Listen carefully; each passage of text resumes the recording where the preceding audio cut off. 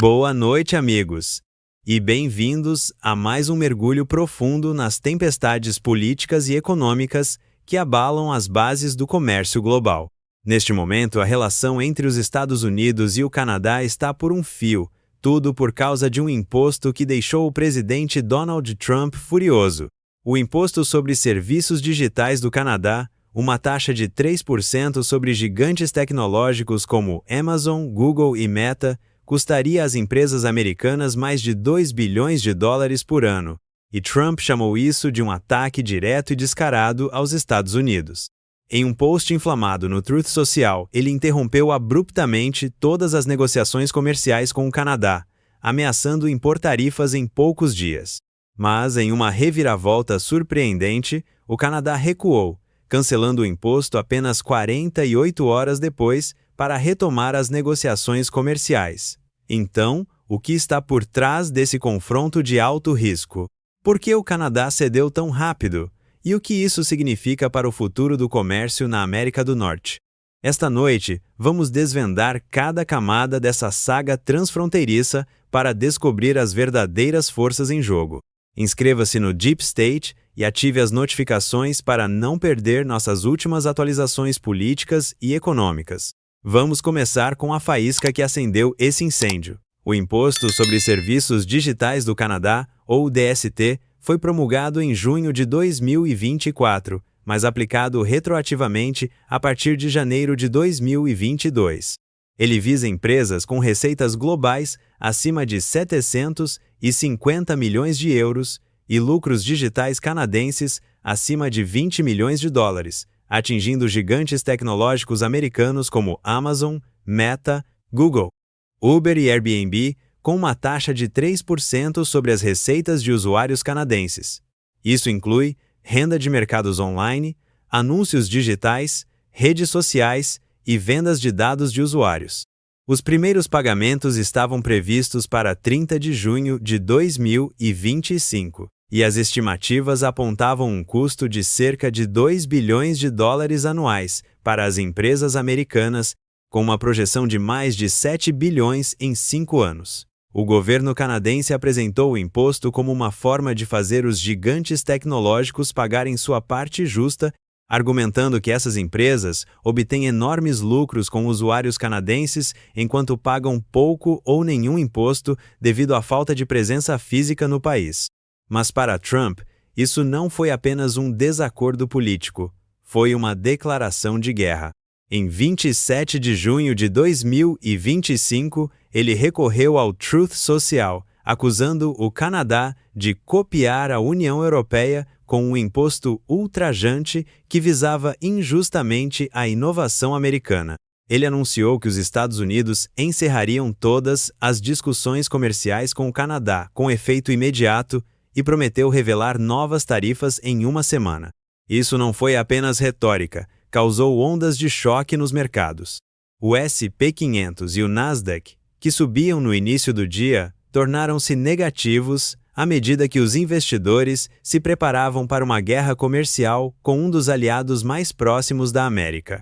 O comércio entre EUA e Canadá é enorme, 762 bilhões de dólares em bens no último ano, com o Canadá sendo o segundo maior parceiro comercial dos EUA.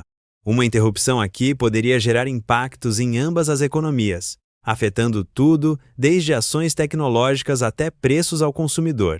A fúria de Trump não era apenas sobre o dinheiro, é pessoal e político.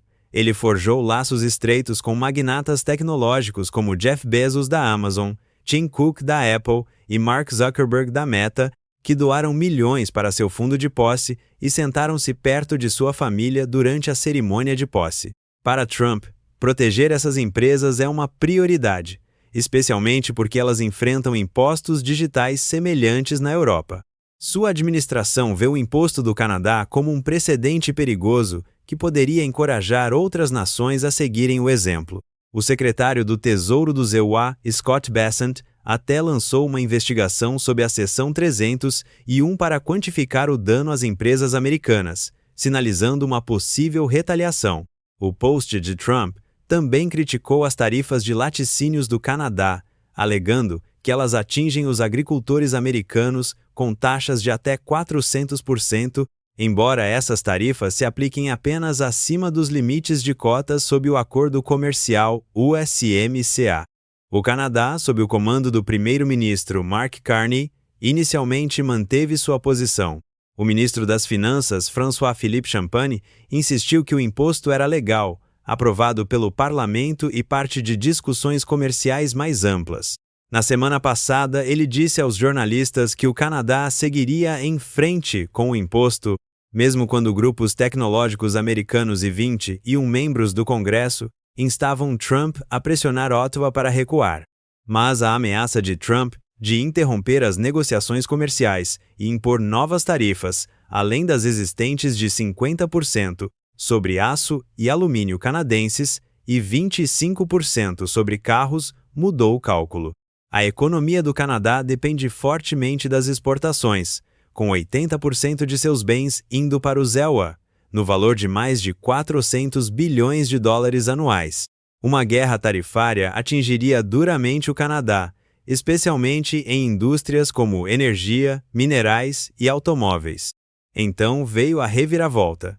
Em 30 de junho de 2025, o Ministério das Finanças do Canadá anunciou que estava revogando o DST, interrompendo as cobranças que deveriam começar naquele dia. O primeiro-ministro Carney enquadrou isso como um movimento estratégico, dizendo que era em antecipação a um acordo comercial abrangente e mutuamente benéfico com os Estados Unidos.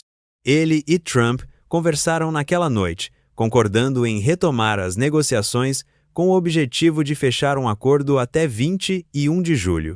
O ministro das Finanças, Champagne, prometeu legislação para cancelar formalmente o imposto, embora isso ainda precise da aprovação do parlamento.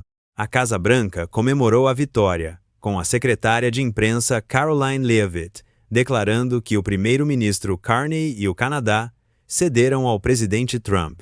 O secretário de Comércio do ZEWA, Howard Lutnick, agradeceu ao Canadá por eliminar um imposto que teria sufocado a inovação americana e seria um obstáculo para qualquer acordo comercial. Então, por que o Canadá recuou tão rápido? É simples, alavancagem. Os Estados Unidos têm a vantagem nessa relação. A economia do Canadá depende muito mais dos mercados americanos do que o contrário. Uma tarifa de 35% sobre bens canadenses, que Trump ameaçou impor a partir de 1º de agosto, poderia ter paralisado os exportadores. Além disso, o estilo imprevisível de Trump, chamando o Canadá de parceiro comercial, difícil e até brincando sobre anexá-lo como 51º estado, manteve Ottawa em alerta. Grupos empresariais canadenses, como a Câmara de Comércio do Canadá e o Conselho Empresarial do Canadá, há muito alertavam que o DST era desnecessariamente inflamatório durante delicadas negociações comerciais. O Premier de Ontário, Doug Ford, e os lobbies tecnológicos americanos ecoaram o pedido para eliminá-lo, temendo que tarifas retaliatórias aumentassem os custos para os consumidores e prejudicassem as relações transfronteiriças. Mas nem todos no Canadá estão aplaudindo. Críticos como Paris Marx, apresentador do podcast Tech Won't Save Us, argumentam que o DST era uma ferramenta legítima para garantir que os gigantes tecnológicos pagassem sua parte justa. Marx aponta que o Canadá adiou o imposto por anos, esperando por um quadro global liderado pela OCDE, mas a resistência do ZEWA sob Biden e Trump travou o progresso. Outros países, como a França, enfrentam pressão semelhante do ZEWA, mas mantiveram sua posição, embora o DST francês esteja agora sob revisão constitucional. Michael Geist, professor de Direito da Universidade de Ottawa, chamou a reversão do Canadá de vergonha, argumentando que ele superestimou a alavancagem de seu mercado e subestimou os riscos de provocar Trump. Geist acredita que isso pode forçar um reinício da regulação tecnológica no Canadá, onde os legisladores frequentemente trataram a tecnologia como uma fonte de receita para projetos públicos. As consequências vão além dos impostos. Essa saga expõe a fragilidade das relações entre Canadá e EUA sob a estratégia de guerra comercial de Trump. Desde que assumiu o cargo em janeiro de 2025, ele impôs tarifas generalizadas, 50% sobre aço e alumínio, 25% sobre carros e 25% sobre bens fora do USMCA. O Canadá tem pressionado para remover essas tarifas, mas a equipe de Trump, incluindo o conselheiro econômico Kevin Hassett, vê os impostos digitais como práticas comerciais injustas. Hassett sugeriu que outros países com impostos semelhantes, como a UE, poderiam enfrentar a mesma ira do representante comercial dos EUA, Jamieson Greer. Para o Canadá, eliminar o DST foi um movimento pragmático para evitar um impacto econômico mais amplo, especialmente com a renegociação do USMCA no horizonte no próximo ano. O que vem a seguir? O prazo de 20 e 1 de julho é apertado, e ambas as partes têm muito em jogo. O Canadá quer alívio tarifário, enquanto Trump pressiona por concessões em cotas de laticínios e políticas tecnológicas. A indústria tecnológica americana, uma força de lobby poderosa, continuará pressionando por proteções contra impostos estrangeiros.